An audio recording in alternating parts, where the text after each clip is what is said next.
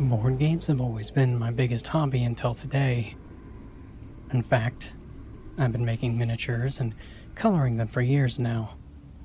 I can also make the metal Monopoly figures, but they're there on the shop so they don't say I can't do anything else. Dungeons and Dragons players make up the vast majority of buyers. I've perfected my technique and created a color palette that really brings the characters to life. When technological advancements spoke, I expanded my offerings to include amazing designs from 3D printers. From the cheapest to the most expensive, I have quite a lot of printers. There are virtually no limits to the miniatures that I can offer.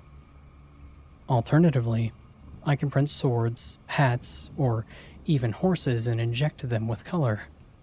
Now, I'm done with that. For good. In the beginning, I wanted to offer miniatures at a friendly price to contribute to the community I adore. It was my side hustle. Back then, I was still working in construction, and I often came home completely wrecked. I heard that you shouldn't lift things heavier than 40 kilos at work, but those bags of concrete were maybe twice that weight. The thought of going into the art business, where I wouldn't get dirty, never even crossed my mind. My friends always admired my collections of miniatures. They asked how much money I was putting into them. My answer was that I was only getting a few dollars for the materials. They didn't believe me. But some of them were willing to pay hundreds of dollars for my stuff. Unbelievable. My business grew unstoppably. The biggest credit for my success goes to a woman called Mitradora. No one knows exactly what her real name was. Mitradora was the name of her character in games. But she was my best customer and my friend. She was beautiful. Her short red hair made her even more a part of the roleplay community. She looked exactly like that mysterious elf who may look like a noble, but is actually dark. She held grand meetings in her house, where Dungeons and Dragons were played from dusk till dawn. These were parties just like the Great Gatsby, only here, it was simply around D&D. She always invited the best players and the most talented storytellers. My products were laid out on the table, together forming an incredible constellation of fantasy elements. 5 players struggled with the storyteller for survival. One unlucky roll and it was over. Dozens and others watched. The weird thing is, after each game, she carved pentagrams into the furniture. I don't think there is a single piece of wood left that doesn't have those. 1 week ago, she came over to my place and asked for a demonic creature miniature. But not like Aatrox from LOL. Different. Her eyes sparkled when I started modeling it in Blender. Her request and the description of what miniatures should look like gradually disgusted me. She wanted one to be composed of only tentacles and eyes. One was to be made of only human and animal skulls. Another was to be made only of pieces of living flesh. They were all far from humanoid. So I had to suffer through 5 sessions at Blender before Mitradora was finally satisfied. And when I was coloring them, I wanted to vomit. She paid me handsomely, and that made me feel like eating again that night. I was so filled with euphoria that the production process was over that when she asked me, "Do you want to come over with me tonight for a D&D party?" I said yes. And that was a mistake. To turn around and say that I don't really want to would have been weird. And it would be even more weird once we were on the road. Then it became completely impossible to say when we walked into her house. One significant change was a huge pentagram carved in the wooden floor. It perfectly complemented the hundreds of others on the old furniture. It was like some kind of exorcism-themed masquerade ball. Everyone, including the spectators, wore black robes or cloaks that covered their clothes.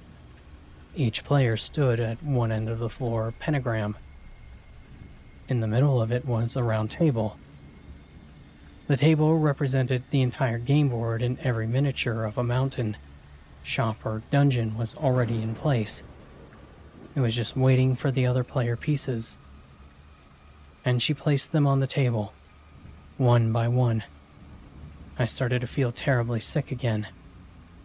A kind of stale, dead air filled the room as the players were mentally preparing themselves. Matadora was the storyteller today, by exception. I swear I wanted to leave, but I couldn't. All the spectators were pinned to the floor in some kind of trance until the very end. Maestrodora's voice, including her entire vocabulary, completely shifted over the course of the game. It took the first 10 rolls of the dice before she began to speak purely in some terrible, bizarre language. It scared me, but I couldn't tell. My facial expressions ceased to respond to internal cues. My guess is that the triot meant player and the choria meant death. I didn't understand any of the other words in the middle of those two. For hours I suffered and listened to the gradual deepening of the previously female voice. It was impossible for me to move my head away from the game table. I couldn't control any of my muscles, and I wanted to go home.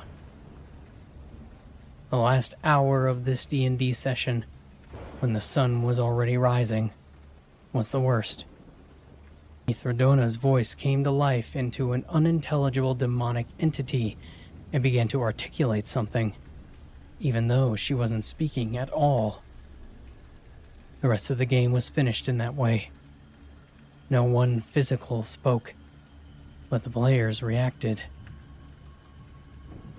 The invisible storyteller kept the game going until I was set free. I can hear him now, at home. It woke me up again. I wanted to post this here so someone could reassure me that I'm not the only one this is happening to. Any suggestions on how to eradicate this creature from my head? Very much welcome.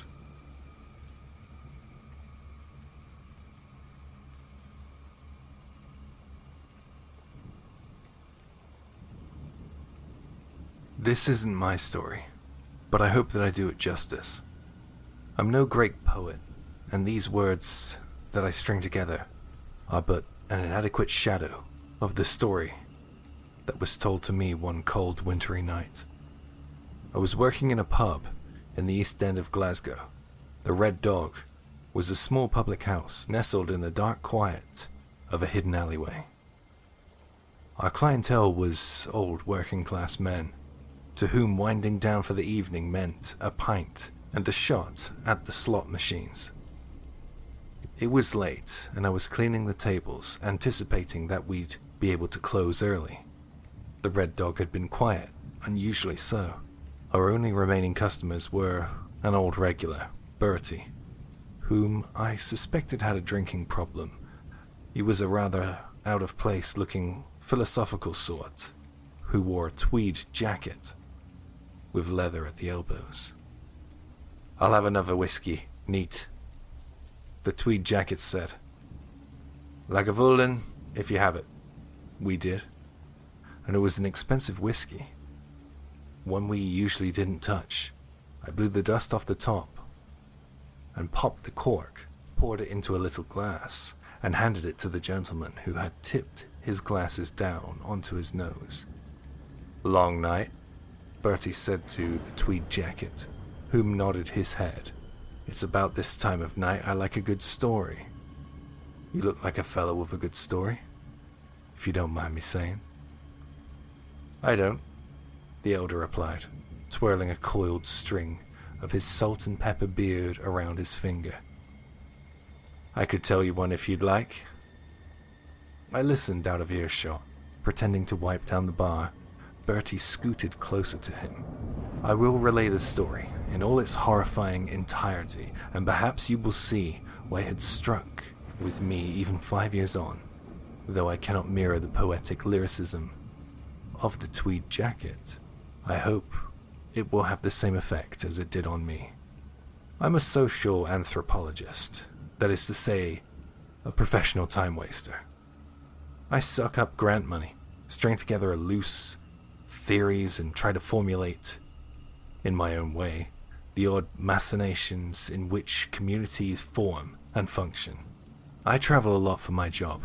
My main interest is uncontacted peoples, small indigenous populations that have emerged separate from modernity. A common misconception is that they are less sophisticated and savage. This is a misnomer. They are merely different, better in some ways, worse in others.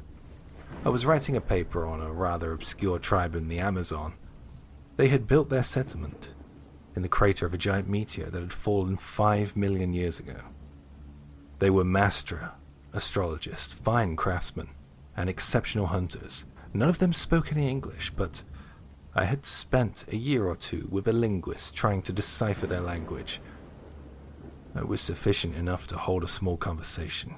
Interesting to note regarding their language is that they always began their sentences with their emotions. For example, they would say, "Humid, you really thought that branch was a snake?" Aghast, "How dare you call my wife a mushroom?" They were not violent nor welcoming. They marveled at my pale skin and my red hair. I had so much hair then, none of it grey. The children were scared of me, used to my appearance, but rather excited by all my bits and bobs, my torches and my walkie-talkie, even the zip on my backpack. I came to adore them. Their food was delicious and flavorful. Their generosity knew no bounds.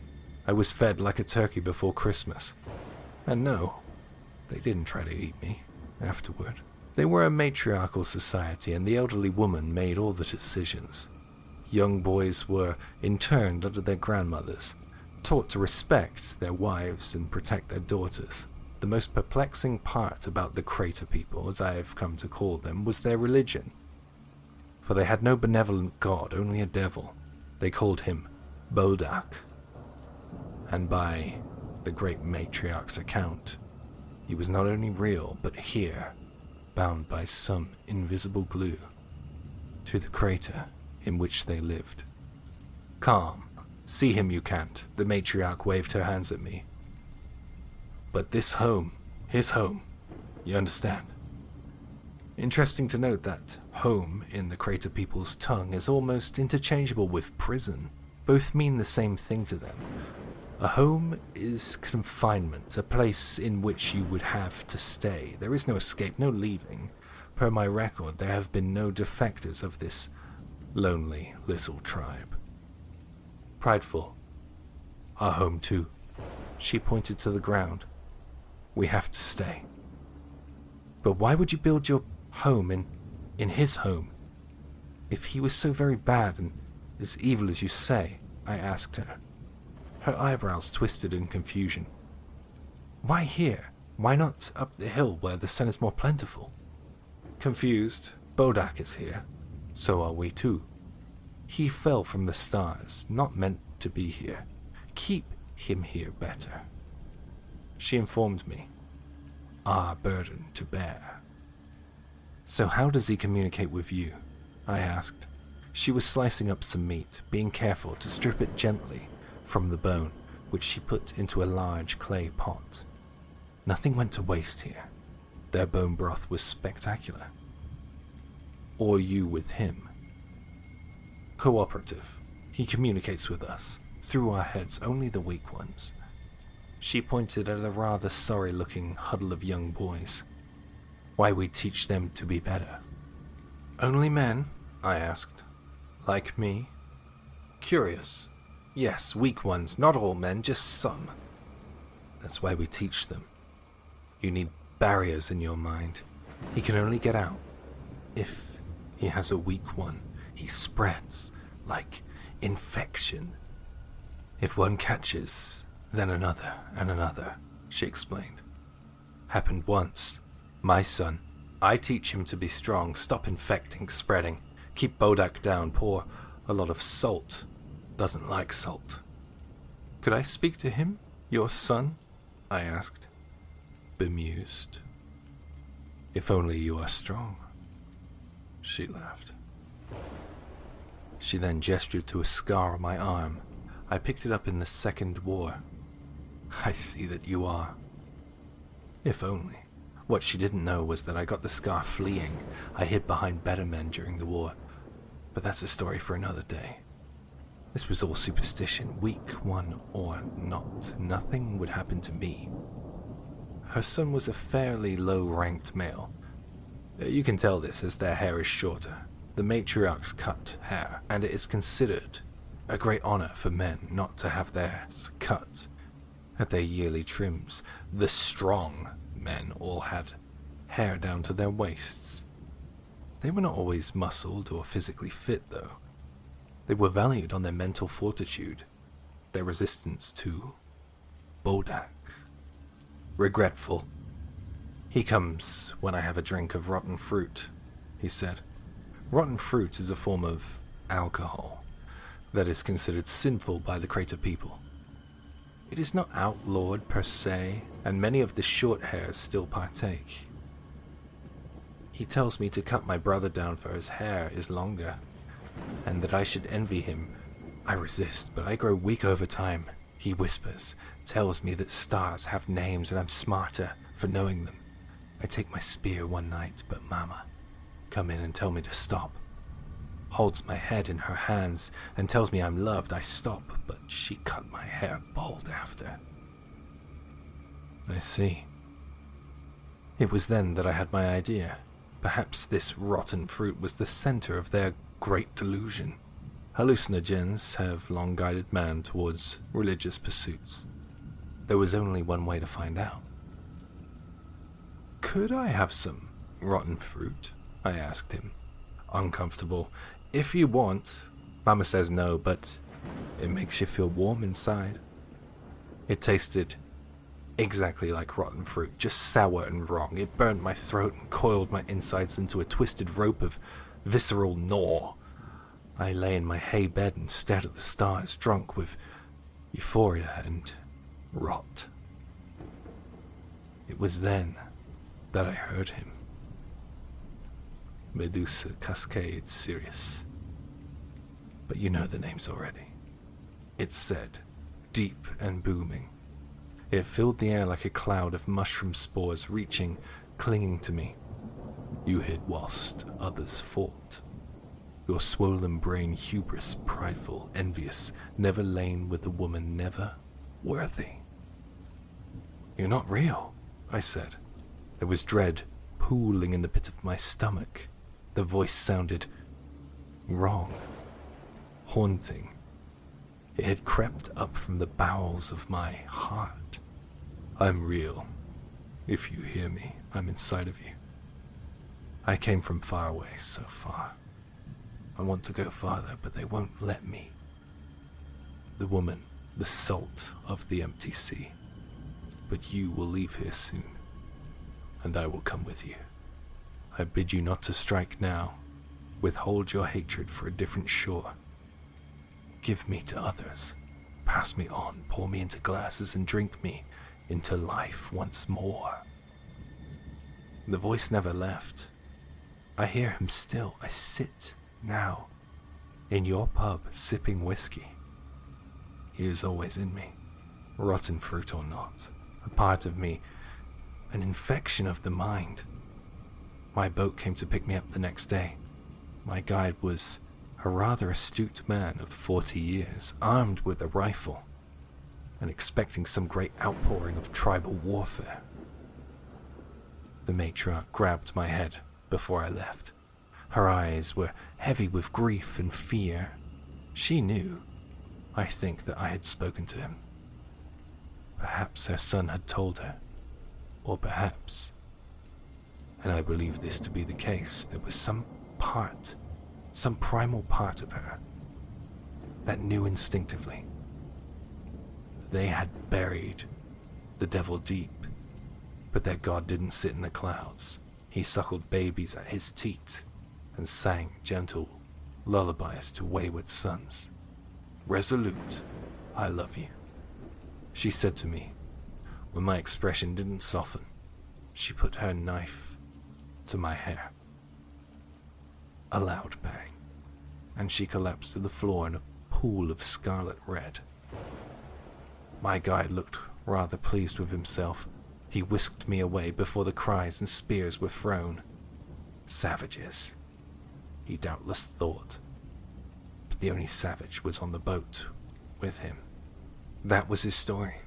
The tweed jacket glanced to the bottom of his whiskey glass and put his hand out for a refill. I pondered not giving it to him, refusing, guarding my poisoned chalice, as the matriarch had done for her son. He smiled at me devilishly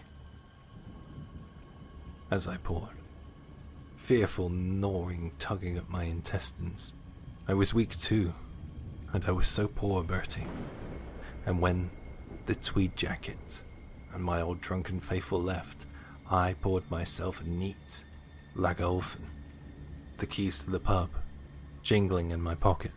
He said to me that night, as I fought sleep, that formless nothing, that chained evil demon, in his terror-inducing voice laced with spiteful malevolence, "Pour me into pint glasses, drink me into life."